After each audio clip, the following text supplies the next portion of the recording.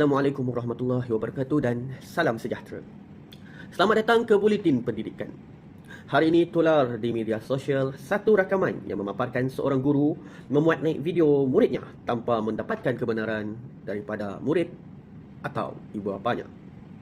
Tindakan tersebut telah mengundang pelbagai reaksi daripada masyarakat apabila video berkenaan menerima komen-komen negatif yang menjejaskan emosi dan privasi murid tersebut. Pakar pendidikan mengingatkan bahawa setiap guru perlu sentiasa mematuhi etika, profesion keguruan serta tata kelakuan pejabat awam dalam penggunaan media sosial. Persoalannya, adakah tindakan tersebut wajar dilakukan? Dan apakah implikasi terhadap murid serta profesion perguruan? Ikuti laporan khas kami. Tindakan guru ini boleh menyebabkan murid yang terbabit merasa malu diejek oleh kawan. Sepatutnya seorang guru melindungi privasi, hak dan maruah murid agar tidak tercela dengan menyiarkan konten di media sosial. Tindakan penjawat awam atau guru sepatutnya sudah tahu akan garis panduan etika dan media sosial dalam Surat Perkeliling Etika Kementerian Pendidikan Malaysia bilangan 11 pada tahun 2023. Baiklah, bagi etika sebagai pejabat awam, guru mestilah memelihara imej perkhidmatan awam kerana guru merupakan pejabat awam yang membawa imej profesion perguruan dan Kementerian Pendidikan Malaysia. Oleh itu, sebarang tindakan di media sosial hendaklah menjaga nama baik sekolah, profesion dan perkhidmatan awam bagi memastikan imej profesion guru dan murid terjaga.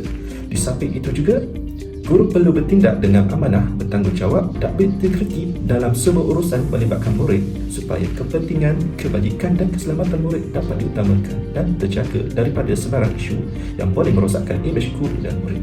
Rentetan daripada itu, sebarang tindakan yang diambil oleh guru mestilah berasaskan etika kita sebagai pejabat awam agar tidak menimbulkan sebarang isu dalam kalangan murid dan guru. Isu yang terdapat dalam situasi tadi adalah, pada pendapat saya, guru perlu menjaga privasi, maruah dan keselamatan murid ketika menggunakan media sosial. Guru tidak seharusnya memuat naik gambar atau video murid tanpa kebenaran serta perlu mengelakkan pendedahan identiti, wajah atau lokasi murid. Selain itu, guru juga perlu memastikan kandungan yang dikongsi tidak mengaibkan atau menjatuhkan maruah murid. Di samping itu, guru perlu mengamalkan etika dan profesionalisme sebagai penjawat awam. Setiap perkongsian di media sosial hendaklah dibuat secara berhemah, mematuhi garis panduan yang ditetapkan serta mengutamakan kebajikan murid. Hal ini penting kerana setiap tindakan guru mencerminkan integriti, accountability dan imej profesion keguruan. Pada pendapat saya, sekiranya guru tidak menjaga privasi dan etika penggunaan media sosial, pelbagai implikasi negatif boleh berlaku. Antaranya ialah keselamatan dan privasi murid boleh terancam apabila berlaku maklumat peribadi atau gambar mereka disebarkan tanpa kebenaran. Selain itu, maruah dan emosi murid juga boleh terjejas sekiranya kandungan yang dikongsi mengaibkan atau mengundang komen negatif. Baiklah, sekarang kita akan masuk kepada kesan terhadap situasi tersebut. Pertama, tindakan membuat naik video tanpa mendapatkan persetujuan boleh memberi kesan yang besar terhadap emosi dan kesejahteraan murid. Walaupun niat guru mungkin hanya untuk berkongsi aktiviti sekolah, guru perlu sedar bahawa setiap murid mempunyai tahap keselesaan yang berbeza. Ada murid yang merasa malu, cemas atau hilang keyakinan diri apabila wajah mereka jadi tontonan umum. Lebih-lebih lagi jika menerima komen negatif. Perkara ini boleh menyebabkan tekanan emosi, mengganggu fokus pelajaran dan menjejaskan kesihatan mental murid. Guru bukan sahaja bertanggungjawab menyampaikan ilmu, malah mempunyai amanah untuk melindungi kebajikan maruah dan hak setiap murid. Kesan yang kedua adalah di mana murid itu sendiri akan menarik diri daripada apa-apa aktiviti sekolah. Dengan erti kata lain, murid akan rasa malu dan enggan untuk hadir ke sekolah. Perkara ini akan memberikan impak kepada prestasi akademik dan juga masalah ketidakhadiran di sesebuah sekolah. Jadi kita sebagai seorang guru, kita perlulah menangani masalah ataupun kes disiplin secara berhemah dan juga bijak supaya perkara ini tidak memberikan ataupun menjejaskan nama murid itu sendiri, sekolah dan juga orang sekeliling. Cadangan amalan terbaik yang boleh dilakukan oleh guru-guru ialah dengan mematuhi garis panduan dan dasar Kementerian Pendidikan Malaysia. Jadi, guru hendaklah mematuhi perkeliling, garis panduan dan dasar Kementerian Pendidikan Malaysia berkaitan penggunaan media sosial serta perlindungan data murid.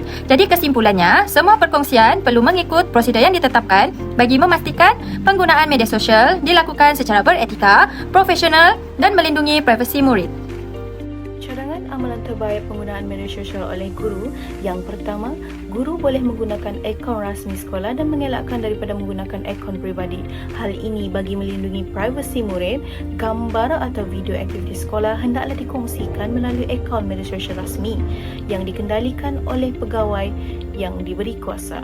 Guru juga hendaklah mengelakkan daripada penggunaan akaun media sosial peribadi untuk memuat naik kandungan yang melibatkan murid. Amalan ini dapat menjaga privasi murid serta mencerminkan profesionalisme sebagai seorang guru. Selain daripada itu, mendapatkan kebenaran sebelum membuat rakaman atau perkongsian merupakan cara bagi mengatasi masalah. Dalam hal ini, rakaman gambar atau video murid hendaklah mendapat kelulusan daripada pihak sekolah ataupun jika diperlukan sokongan daripada ibu bapa atau penjaga. Okey, secara rumusnya dapat saya konklusikan bahawa guru haruslah sentiasa memastikan privasi murid, sentiasa mematuhi peraturan perkhidmatan awam dan juga menjaga etika ketika menggunakan media sosial supaya dapat memastikan kepercayaan masyarakat terhadap profesi perguruan. Jadi itu sahaja daripada kumpulan kami. Sekian, terima kasih.